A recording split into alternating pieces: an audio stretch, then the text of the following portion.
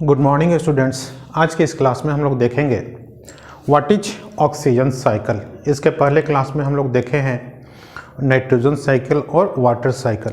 जैसा कि हम लोग देखे थे, both are the part of biogeochemical cycle.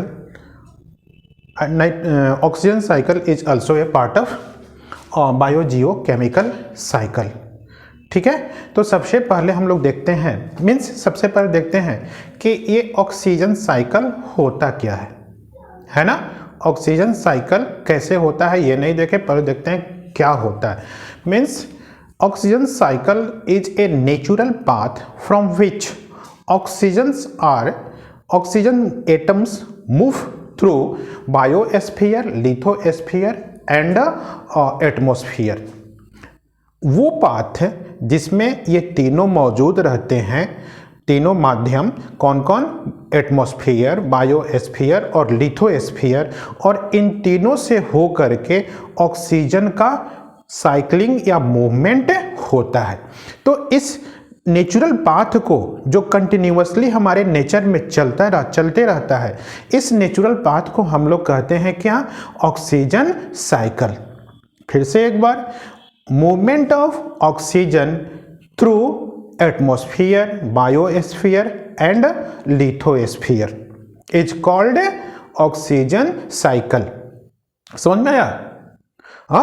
Means movement of oxygen from वायुमंडल, जैवमंडल और स्थल मंडल से हो करके जो ऑक्सीजन का मूवमेंट होता है उसे हम लोग कहते हैं ऑक्सीजन साइकिल। थोड़ा सा हम लोग समझ लेते हैं ये तीन टर्म है ना, क्या क्या, एटमॉस्फेयर, दूसरा बायोस्फीयर और तीसरा लिथोस्फीयर। ठीक है, इन तीनों टर्म को हम लोग समझ लेना है। एटमॉस्फेयर किसे कहते हैं, जो हमारे पृथ्वी के और चारों ओर वायु का एक परत है, वायु का एक कवरिंग है। ठीक है, इसी को हम लोग कहते हैं एटमॉस्फेयर, वायुमंडल। पृथ्वी के चारों ओर जो वायु का एक घेरा है, इसको हम लोग कहते हैं एटमॉस्फेयर। बायोस्फीयर, हमारे पृथ्वी पर जितने भी लिविंग बींग्स हैं, जितने भी सजीव हैं, चाहे वो प्लांट्स हो, चाहे वो एनिमल्स हो, चाहे वो बैक्टीरिया हो, चाहे वो कुछ भी हो, बशर्ते कि वो लिविंग हो, कलेक्टिवली उन सबको मिलाकर के हम लोग कहते हैं क्या, बायोस्फीयर। ठीक है, तीसरा क्या है, लिथोस्फीयर। लिथोस्फीयर पृथ्वी का जो सबसे ऊपरी सतह होता है, जिसे हम लोग क्रस्ट भी कहते हैं, उसे हम लोग कहते हैं लिथोस्फीयर। मीन्स इन तीनों स्फीयर से, इन तीनों मंडल से, वायुमंडल से, जैवमंडल से और स्थल मंडल से हो करके ऑक्सीजन के मूवमेंट को हम लोग कहते हैं ऑक्सीजन साइकिल। और ये साइकिल जीवों के लिए, पृथ्वी पर जो ये जीवन मौजूद है उसके लिए बहुत ही जरूरी है।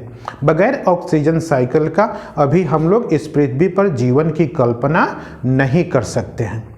ओके, अब हम लोग देखते हैं कि ये जो हमारे चारों ओर ऑक्सीजन है कहाँ कहाँ पर मौजूद है। तो सबसे अधिक जो ऑक्सीजन है, ठीक है, वो ऑक्सीजन मौजूद है लिथोस्फीयर में, जो ऊपरी सतह है, जो क्रस्ट है। ठीक है ना, उसमें क्या है, ऑक्साइड के रूप में सबसे अधिक मात्रा में ऑक्सीजन मौजूद है। ठीक है, ऑक्साइड के रूप में सबसे अधिक मात्रा में जो पृथ्वी का ऊपरी सतह है उसमें ऑक्सीजन मौजूद है। दूसरा क्या है, बायोस्फीयर। बायोस्फीयर जितने भी जीव हैं, है ना, चाहे प्लांट हो चाहे एनिमल हो, सब में ऑक्सीजन की मात्रा मौजूद है। ठीक है, तो एक हो गया ये, बायोस्फीयर में भी क्या है, सभी जीवों में ऑक्सीजन की मात्रा है। तीसरा क्या है, एटमॉस्फेयर। हमारे एटमॉस्फेयर में भी ऑक्सीजन है। जैसे हम लोग जानते हैं कि जो वायुमंडल, जो वायु हमारे चारों ओर मौजूद है, उसमें से जो मेन जो गैस है नाइट्रोजन गैस है, और जो 78% है। उसके बाद दूसरा नंबर किसका है, ऑक्सीजन का, लगभग 21%। तो वायुमंडल में ऑक्सीजन है। ठीक है, तो इस तरह से क्या है, हमारे चारों ओर ऑक्सीजन मौजूद है। अब हमें देखना है ऑक्सीजन साइकिल, कैसे एटमॉस्फेयर से जो ऑक्सीजन है कैसे वो जीवों में जाता है, फिर जीवों से निकल करके किस रूप में अगेन और किस प्रोसेस के द्वारा पुनः वो एटमॉस्फेयर में लौट जाता है। ठीक है, यही है क्या, यही है ऑक्सीजन साइकिल। एटमॉस्फेयर से जीवों में आना, फिर जीवों से दूसरे रूप में, फिर किसी दूसरे जीव में जाना और वहाँ से लौट जाना फिर से एटमॉस्फेयर में। इसी को हम लोग कहते हैं ऑक्सीजन साइकिल। तो आओ देखते हैं कैसे ये, यहाँ से हम लोग शुरू करते हैं। ये जो दिख रहा है ये क्या है, एटमॉस्फेरिक ऑक्सीजन। एटमॉस्फेयर में, वायुमंडल में जो ऑक्सीजन मौजूद है, कैसे उस ऑक्सीजन का किस किस रूप में कहाँ कहाँ पर उस ऑक्सीजन का यूज होता है। तो जो फर्स्ट यूज है ऑक्सीजन का वो होता है क्या, मालूम है आप, कोई भी बोलेगा कि ऑक्सीजन का सबसे पहला यूज क्या है, कोई भी बोलेगा हम लोग ऑक्सीजन को सांस के रूप में लेते हैं। ठीक है, ब्रीदिंग में हम लोग ऑक्सीजन लेते हैं, है ना। हम कोई भी जो एरोबिक ऑर्गेनिज्म है, जहाँ पर जिसमें श्वसन ऑक्सीजन की उपस्थिति में होती है, बगैर ऑक्सीजन के वो जिंदा नहीं रह सकता है। तो सबसे जो इम्पोर्टेंट और मेन यूजेज है वो क्या है, एनिमल के द्वारा, एरोबिक ऑर्गेनिज्म के द्वारा ऑक्सीजन का रेस्पिरेशन के रूप में यूज करना। जैसे सबसे पहला क्या हो गया, रेस्पिरेशन। रेस्पिरेशन श्वसन, समझ में आया, रेस्पिरेशन क्या होता है, श्वसन। हाँ, और ये कैसे होता है, श्वसन में हम लोग क्या करते हैं, वायु अपने अंदर लेते हैं तो ऑक्सीजन थोड़े ना कोई हमारे नॉस्ट्रिल में ऑक्सीजन फिल्टर है, केवल ऑक्सीजन अंदर जाएगा, सारे वायु के सारे कंपोनेंट हमारे लंग्स में जाते हैं, लेकिन ब्लड उसको ऑब्जॉर्व करता है केवल किसको, ऑक्सीजन को। ठीक है, तो ये ऑक्सीजन ब्लड में गया, ब्लड से कहाँ पहुंचा, कोशिका में पहुंचा, कोशिका में पहुंच करके क्या किया, वहां पर पहुंच करके जो ग्लूकोज मौजूद होता है उस ग्लूकोज को ऑक्सीडाइज करता है। मीन्स यहां पर देखते हैं,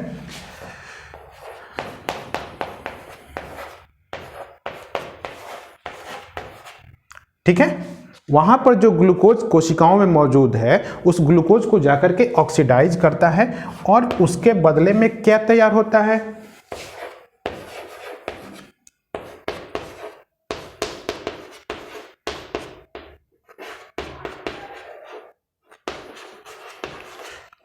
ठीक है, ये ग्लूकोज है ना, इस ग्लूकोज वहां पर क्या पहुंचा, ऑक्सीजन पहुंचा, और ऑक्सीजन ने क्या किया, इसका ऑक्सीडेशन किया, और इस ऑक्सीडेशन के फलस्वरूप इसका खपत हो गया यहां पर, और बाई प्रोडक्ट के रूप में क्या बना, CO2 और H2O, CO2 और H2O, और इसके साथ साथ क्या हुआ, एनर्जी का प्रोडक्शन हुआ। तो रेस्पिरेशन का मेन है टू प्रोड्यूस एनर्जी, है ना, रेस्पिरेशन का मेन एम क्या होता है, एनर्जी प्रोडक्शन। तो ये तो एनर्जी यहां पर बना, लेकिन इसके साथ साथ बाई प्रोडक्ट के रूप में क्या बना, CO2 और H2O। इसीलिए हम लोग जब सांस लेते हैं तो O2 लेते हैं और छोड़ते क्या है, CO2, ठीक है ना। ये रिएक्शंस होता है जिससे CO2 बाई प्रोडक्ट के रूप में प्रोड्यूस होता है और हम लोग उस CO2 को शरीर से बाहर निकालते हैं। तो पहला तो यूज ये हो गया, और ये फिर से CO2 कहाँ चला जाता है, एटमॉस्फेयर में चला गया। ओके, दूसरा क्या होता है, कंबसन। दहन के लिए भी ऑक्सीजन जरूरी है, जब तक दहन नहीं है, ऑक्सीजन नहीं होगा तब तक कोई भी पदार्थ जलेगा नहीं। तीसरा क्या है, डिकम्पोजिशन। डिकम्पोजिशन क्या होता है, अपघटन। जैसे कब कोई एनिमल या प्लांट जब डिके होता है तो क्या होता है, छोटे छोटे माइक्रो ऑर्गेनिज्म जो होते हैं उसको तोड़ते हैं, उसका ब्रेकडाउन होता है, जो उसमें कम्प्लेक्स मॉलिक्यूल होते हैं उस कम्प्लेक्स मॉलिक्यूल को सिंपल मॉलिक्यूल में ब्रेकडाउन होता है। तो ये प्रोसेस किसके द्वारा होता है, माइक्रो ऑर्गेनिज्म के द्वारा। तो इस प्रोसेस में भी क्या होता है, ऑक्सीजन का यूटिलाइजेशन होता है। ठीक है, तो हम लोग देख लिए यहाँ पर ये रेस्पिरेशन, कंबशन, डिकम्पोजिशन, इन सारे प्रोसेस के द्वारा जो एटमॉस्फेयर में ऑक्सीजन मौजूद है उस ऑक्सीजन का यूज हुआ। ठीक है, और वहाँ पर यूज होने के बाद दूसरे जो गैस बने, दूसरे जो गैस बना क्या क्या, CO2 और H2O बना। ठीक है ना। तो ये फिर से कहाँ पर चले गए, इन्वायरमेंट में फिर से ये रिटर्न हो गए। ठीक है, ये तो हो गया इसका यूज, है ना। अब ये मान लो केवल इसका यूज होते रहे तो क्या होगा, एक दिन हमारे एनवायरनमेंट में, एटमॉस्फेयर में चारों ओर क्या होगा, ऑक्सीजन की कमी हो जाएगी। इसीलिए क्या होता है कि पुनः दूसरे कुछ प्रोसेस हैं जिसके द्वारा क्या होता है, पुनः ऑक्सीजन की सप्लाई एटमॉस्फेयर में कर दी जाती है। माने एटमॉस्फेयर में ऑक्सीजन को प्रोड्यूस कर दिया जाता है। और ये प्रोसेस है, दो प्रोसेस, एक होता है बायोलॉजिकल प्रोसेस और दूसरा होता है एबायोटिक प्रोसेस। ठीक है, आगे देखते हैं हम लोग।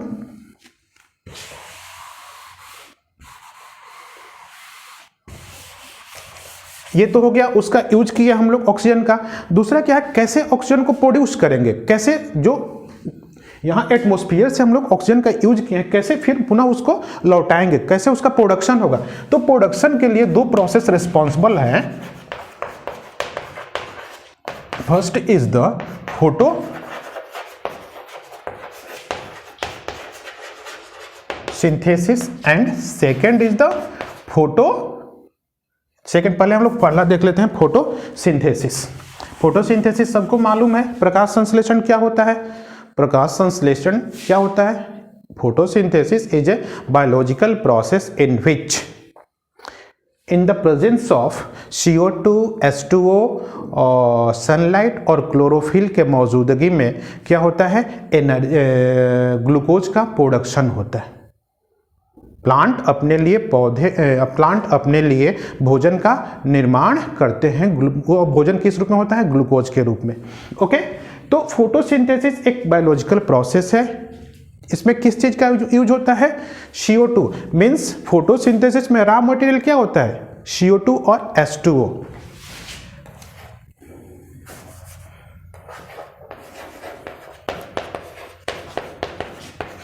ठीक है, रॉ मटेरियल क्या होता है, CO2 और कार्बन डाइऑक्साइड और जल। अब उसके बाद क्या होता है, ये इससे बनता क्या है, यहां देखते हैं बनता क्या है।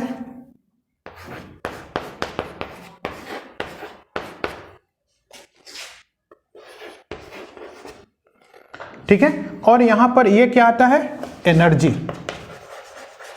और एनर्जी कहां से आता है, ये एनर्जी जो होता है यहां पर आता है, और this energy comes from sunlight, है ना। और चौथा इसमें क्या होता है, क्लोरोफिल। ठीक है, chlorophyll is a pigment which having the capacity to absorb sunlight. Chlorophyll एक पिगमेंट है, वर्णक है, जो सनलाइट को एब्जॉर्ब करने की क्षमता रखता है। तो यहाँ पर ये जो बायोकेमिकल रिएक्शंस हो रहा है वो क्या है, कार्बन डाइऑक्साइड है और H2O है, और एनर्जी यहाँ पर आ रहा है, और क्या हो रहा है, इससे ये ग्लूकोज बन रहा है, और बाई प्रोडक्ट के रूप में ऑक्सीजन बन रहा है, और फिर ये ऑक्सीजन यहाँ से चला गया कहाँ पर, एटमॉस्फेयर में। ओके, तो एक तो प्रोसेस ये बायोलॉजिकल प्रोसेस हुआ ऑक्सीजन प्रोडक्शन का। दूसरा प्रोसेस है फोटो डिसोसिएशन।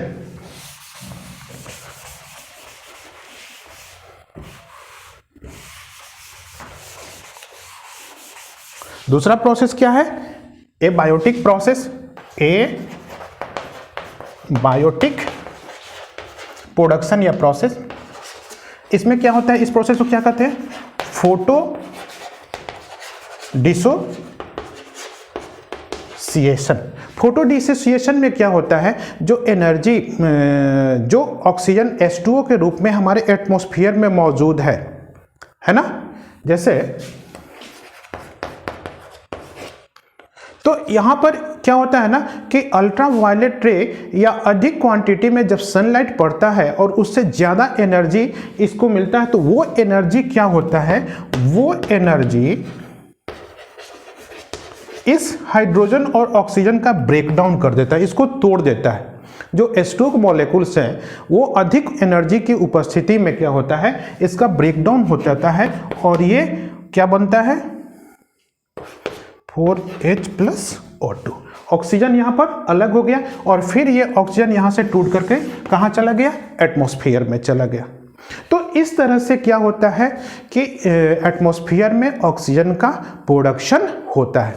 तो यहाँ पर हम लोग देख रहे हैं कि यहाँ से ये ऑक्सीजन आ रहा है एनिमल्स में, रेस्पिरेशन के थ्रू वो उसका यूज कर रहे हैं, कंबसन के थ्रू उसका यूज हो रहा है, डिकम्पोजिशन में उसका यूज हो रहा है, और पुनः जो CO2 बन रहा है उस CO2 का कन्वर्शन हो रहा है, मतलब उस CO2 का यूज हो रहा है फोटोसिंथेसिस में, और इस H2O को फिर से फोटो डिसोसिएशन, अभी हम लोग देखें H2O यहाँ पर क्या हुआ, H2O को तोड़ा गया है ना, तो दूसरे वर्क में या फिर फोटो डिसोसिएशन के प्रोसेस के द्वारा भी यहाँ पर क्या होता है, दो प्रोसेस है, फोटोसिंथेसिस और फोटो डिसोसिएशन, दोनों प्रोसेस के द्वारा ऑक्सीजन का प्रोडक्शन हो रहा है। मीन्स एक तरफ से खपत चल रहा है, यूज हो रहा है, और दूसरे तरफ से क्या है, प्रोडक्शन चल रहा है। तो इस तरह से ये साइक्लिंग चलते रहता है और ये ऑक्सीजन साइकिल कहलाता है। Okay, thanks.